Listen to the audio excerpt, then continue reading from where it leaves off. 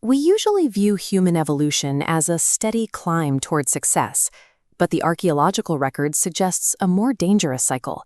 Every time our ancestors solved a major survival problem, they sparked a lethal new trap. Roughly 1.89 million years ago, Homo erectus committed to a radical physical change. By growing longer legs and perfecting an upright gait, they could finally leave the trees behind and traverse vast landscapes with unmatched efficiency. This bipedal frame supported a much larger brain, but that extra processing power came with a crushing biological cost. A larger brain creates a massive energy deficit, one that foraged plants couldn't possibly fuel. This is an Acheulean handaxe. Notice the sharp, deliberately napped edges. This was an engineered tool designed to smash through bone for marrow and slice meat, bypassing the limits of the human digestive tract to secure the high-calorie fuel the brain demanded.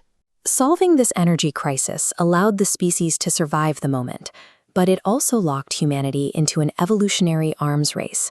Our survival became permanently dependent on escalating our own intelligence. Fueled by this high-energy diet, archaic Homo sapiens emerged. Their brain case ballooned to 1,200 cubic centimeters, giving them cognitive power to navigate the globe. This intelligence allowed for complex social cooperation. Groups learned to coordinate their actions to survive the brutal fluctuations of the Pleistocene climate, relying on each other to find food and shelter in an unpredictable world. Eventually, that same social drive led to a catastrophic change in behavior. Humans stopped roaming in small, mobile groups and began packing thousands of individuals into the first permanent agricultural settlements. By concentrating at this scale, our ancestors turned their greatest social triumph into a biological trap. They had unintentionally built a high-density incubator that could allow a single pathogen to threaten the entire species. 9,000 years ago, the residents of Çatalhöyük in Turkey became the first to experience the fallout of this new density. These mud brick foundations reveal a suffocating honeycomb structure. There are no streets here. Houses were jammed together so tightly that residents entered through their roofs and buried their dead directly under their kitchen floors. This crowding wasn't limited to humans. The community kept their newly domesticated sheep and cattle in pens immediately adjacent to these unventilated living spaces. This proximity provided the perfect bridge for zoonotic diseases.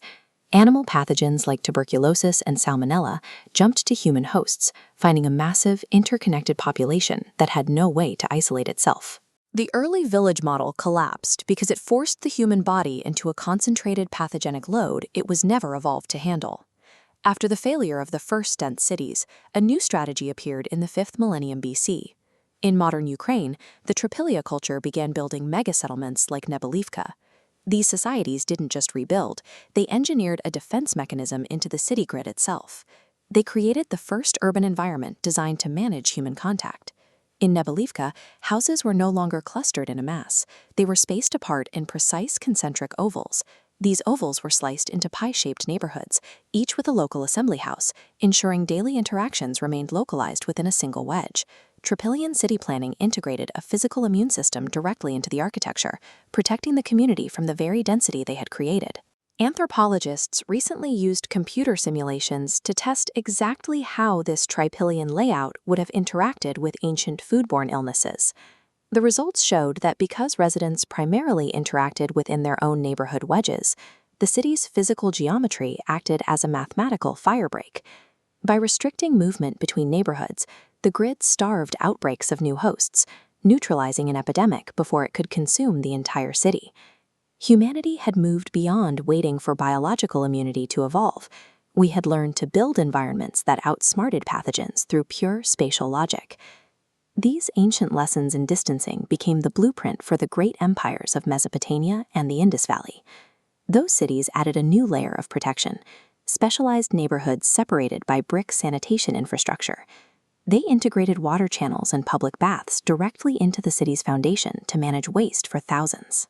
The same biological traits that once secured calories on the savanna eventually allowed humans to physically manipulate their landscapes and cheat death.